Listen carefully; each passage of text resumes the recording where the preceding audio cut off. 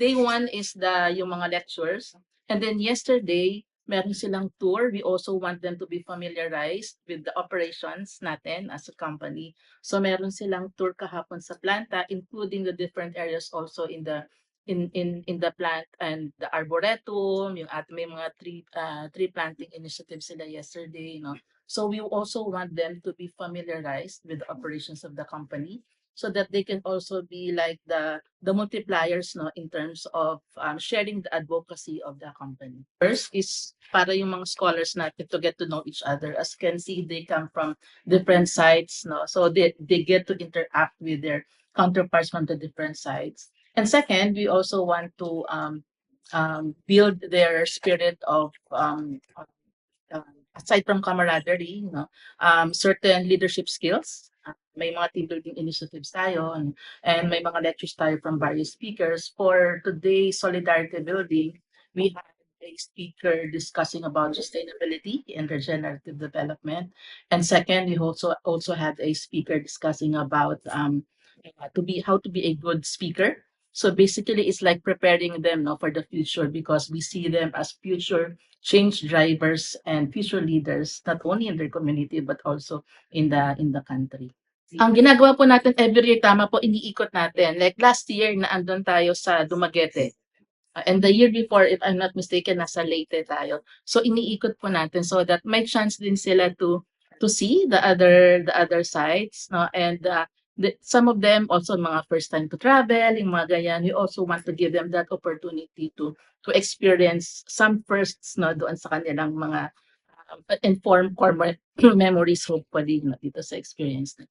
We would like to thank DC for this opportunity, especially po kasi taga Mount Apo po ako. So, we reside in Mindanao. So, kung imagine niyo po, ang layo po ng Mindanao dito sa Bicol. And I'm so blessed to have experienced this kind of solidarity. And ang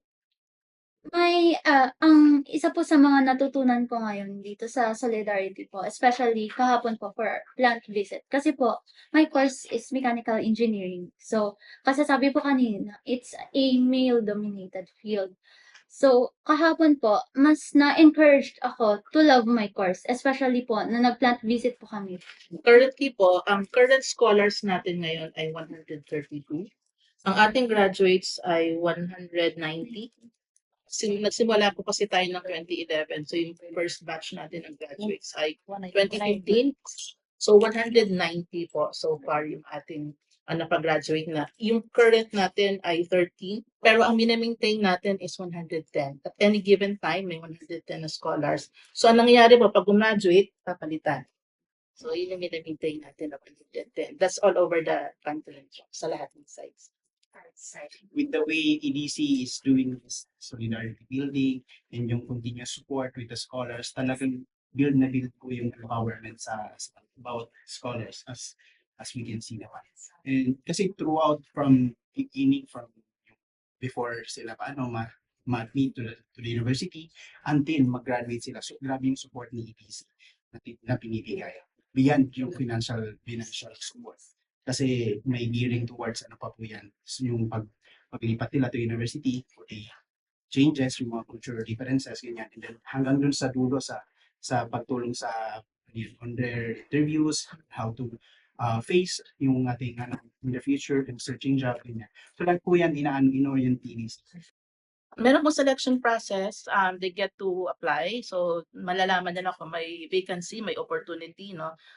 Kung may kasi pag ang nangyayari pag may gumraduate, pinifill upan natin. So nai-inform yung host communities. So pag nalaman na nila na may vacancy, they get to apply, may mga certain requirements. So may aside from yung mga requirements for grades and of course yung economic requirements because we want to give opportunities doon sa less privileged or underprivileged na members ng community natin.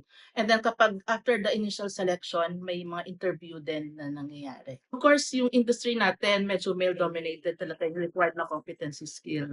But that does not mean na hindi natin binibigyan ng opportunity yung mga women, yung mga kababaihan. Ano.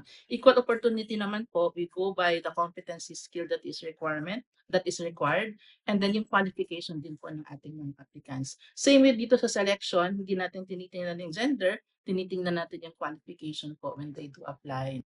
Course, they get to apply depending on their courses po na tinik. If there are opportunities, there are opening po sa company, sila yung magiging priority. Of course, they need to undergo the usual selection process. But of course, we prioritize and give them the opportunity to sa company.